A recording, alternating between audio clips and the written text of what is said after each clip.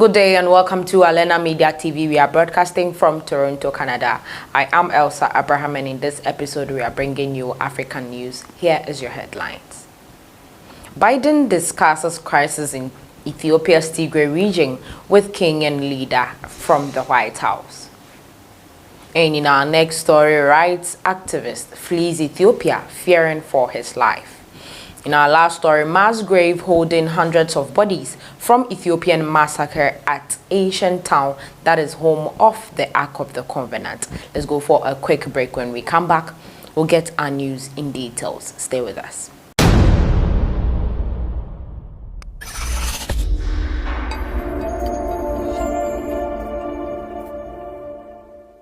Welcome back from that short break. U.S. President Joe Biden, in a call with Kenyan President Uhuru Kenyatta on Thursday, discussed the crisis in Ethiopia's Tigray region, the White House has said.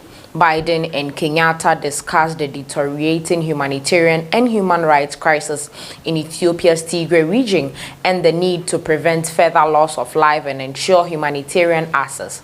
The White House said in a statement, the United States has expressed concern over the crisis in Tigray, where the Ethiopian government has claimed victory over a rebellious regional government in a conflict that began in November.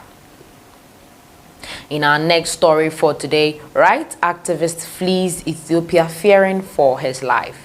An Ethiopian human rights activist has claimed his life is in danger for highlighting the needs of people affected by fighting in the country's Tigray region.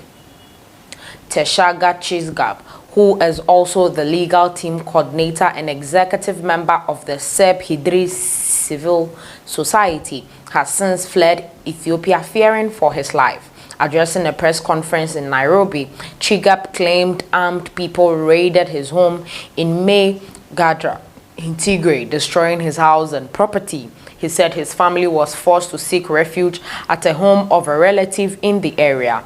Chigab said it is now over 100 days since fighting started with the Tigray militia on one side and the Ethiopian National Army on the other side. What started as a political crisis ended up in a bloody war. It is the first conventional war on African soil conducted with such a massive scale of high-precision fighter drones, he said. Chigab also demanded that armed troops be withdrawn from areas where ethnic cleansing was conducted on the natives of Tigray and now occupied by people from distant areas. We call for independent investigations into all acts of war, crimes, and crimes against humanity, including genocide. We also call for those individuals, countries, and parties involved in the gross violation of human rights to be held responsible, he said. Conflict in Ethiopia started in November after the Tigray People's Liberation Front allegedly seized federal military bases in the region following a breakdown in relations with Prime Minister Abiy Ahmed's government in Addis Ababa. The TPLF has been challenging the authority of the federal government for several months. The region in Ethiopia's north has been an area of heavy fighting between its descendant authorities and the federal government. The Ethiopian Union has warned that the crisis in Ethiopia could be getting out of control. The International Committee of the Red Cross has said the needs of people affected by deadly fighting are overwhelming. Ethiopia's government has earlier said that food and medicinal supplies were being delivered and nearly 1.5 million people have been reached. Thousands of people are reported to have been killed and about 2 million have been internally displaced. About 100,000 Eritrean refugees who have been living in UN-run camps in Tigray have also been caught up in the conflict. The Chigab further accused the Ethiopian government of blocking access to humanitarian aid and restricting international media. Zebhidri demands that telecommunication services, including internet and electricity, restored throughout Tigray, he added. The Chigab called for the immediate and unconditional release of all political prisoners and withdrawal of soldiers from Eritrea. He said the UNESCO, a specialized agency of the United Nations aimed at promoting world peace and security through international cooperation in education, the sciences and culture, should investigate destruction of ancient heritage in Tigray. We call on the international community to act decisively to stop the conflict in Ethiopia, he said. And in our last story, mass grave holding hundreds of bodies from Ethiopian massacre at ancient town that is home of Ark of the Covenant. A report showing satellite images allegedly of mass graves holding hundreds bodies from a massacre in an ancient Ethiopian town that is home of the Ark of the Covenant has been released. Eritrean soldiers fighting across the border in Ethiopia's northern Tigray region are believed to have killed hundreds of people in the massacre last year. That is likely a crime against humanity, Amnesty International said on Friday. The rights watchdog spoke to survivors of the atrocities and used satellite images to piece gather the bloody event of last November in the ancient town of Axum.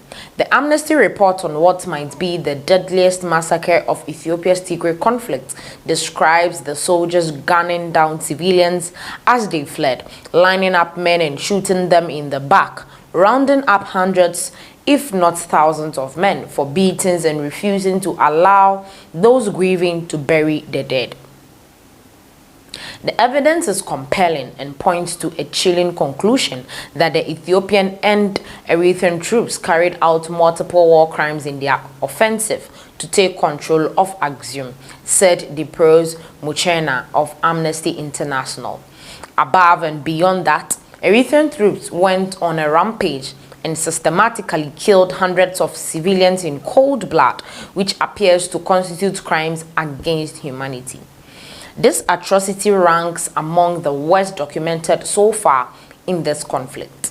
Satellite imagery has been analyzed by Amnesty International in Ethiopia's northern Tigray region to piece together bloody events of last November in the ancient town of Axum. The above shows signs on newly disturbed earth near a church where many people are believed to have been buried after a massacre in November, likely a crime against humanity. It was reported last week that up to 800 people are believed to have been killed in the fighting, news of which has only just emerged because of the region has been cut off from outsiders. Tigray has been the theater of fighting since early November 2020, when Prime Minister Abiy Ahmed announced military operations against the TPLF, accusing them of attacking federal army camps. He declared victory after pro-government troops took the regional capital Mekelle in late November. Though the TPLF vowed to fight on and clashes have persisted in the region, thousands have been killed and millions put on the brink of starvation. Tigray has been without internet and difficult to access since the start of the conflict, making claims and counter-claims of violence hard to confirm.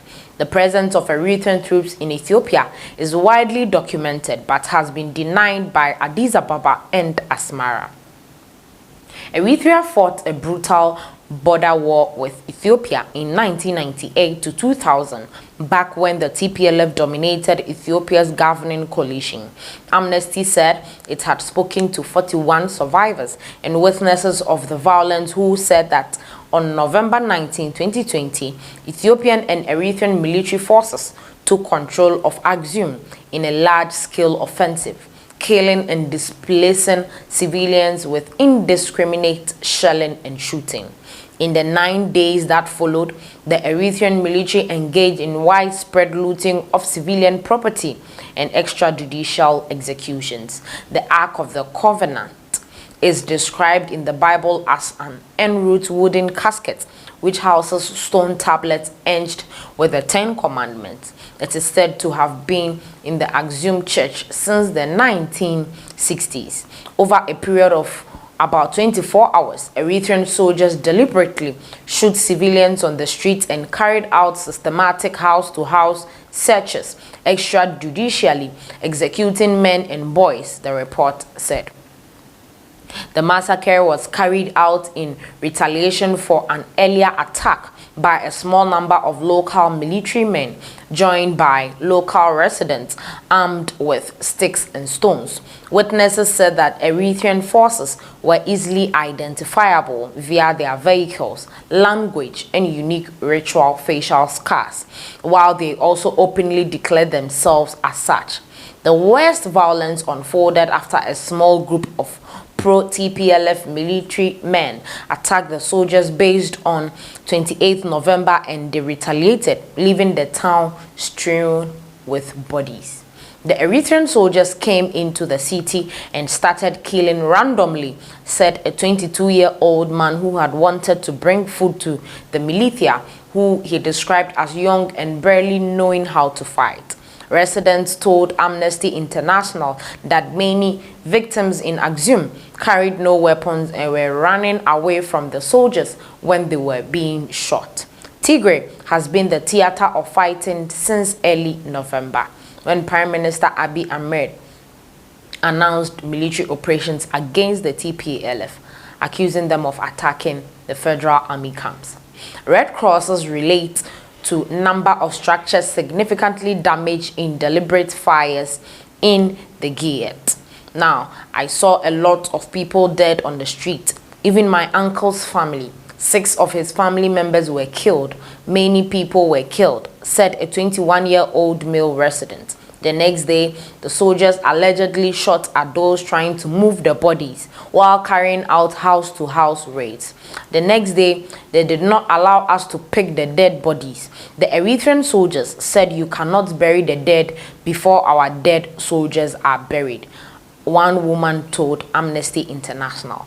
With hospitals looted or health workers having fled, some witnesses said a number of people died from their wounds because of lack of care. This is where we end today's episode on African News. Make sure you like, share, comment. Let us know your thoughts on this particular episode. Thanks for watching.